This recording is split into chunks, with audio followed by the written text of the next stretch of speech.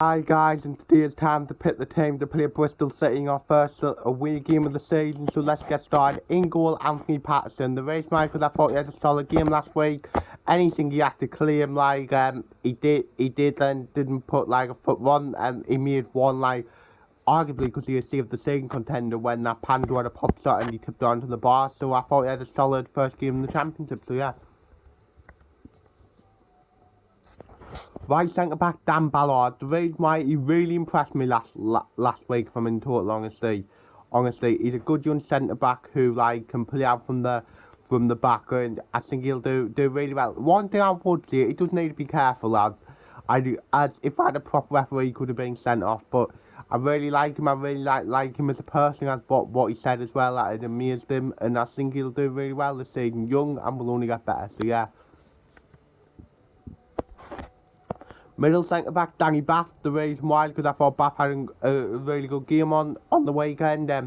Didn't put foot wrong, defended well, was solid. Everything you want from a centre half. And I think in the championship, if I am going to play Bath, I would probably play Bath in a back three rather than four, because that's where the majority of his career he's had so much success in the middle of a back three. So yeah.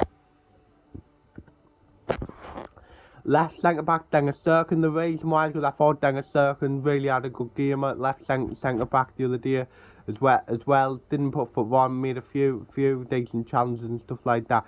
I will be honest with you, and it's similar to Jack Clark. Would I play Dennis Serkin left centre back every week in the championship? No. If we're going to play Serkin, for me, you play him as a left back or a left wing back, not as a centre back. But as we kept the clean sheet, as we pretty much only got broke down by a worldly goal, I would keep the same back five for this game. So yeah. Right wing back Lyndon Gooch. The reason why, I thought he had a good game despite me not wanting to start. Got the assist and on the whole defended reasonably well. Some people do blame for the goal where instead of going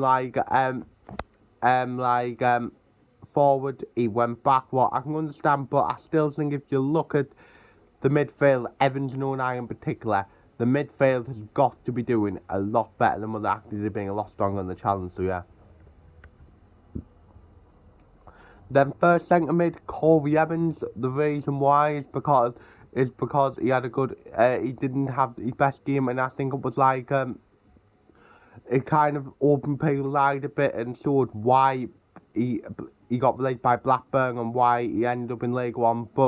And I will say again, we need a centre midfielder not to come in and be on the bench, to come in and start and stamp his authority on it. But as I think Evans is the best option out of him, O'Neill, Matete and even Winchester, I would just leave him in. So yeah.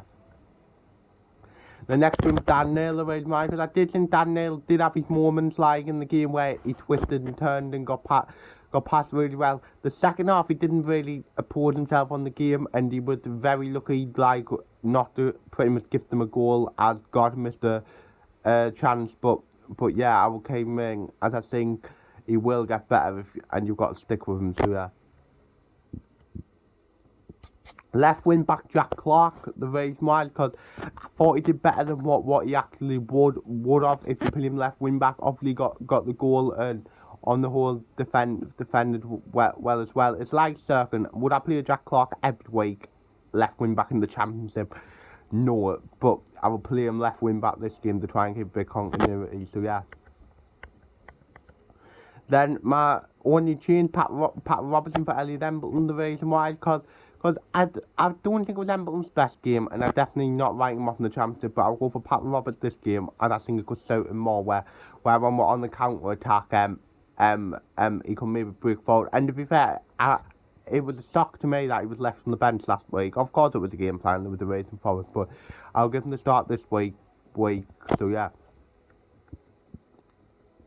Then the other Cam, I was put the reason why, because I thought he had a really good game on his first game back in the championship. Obviously played his part in the goal and just so much link-up play.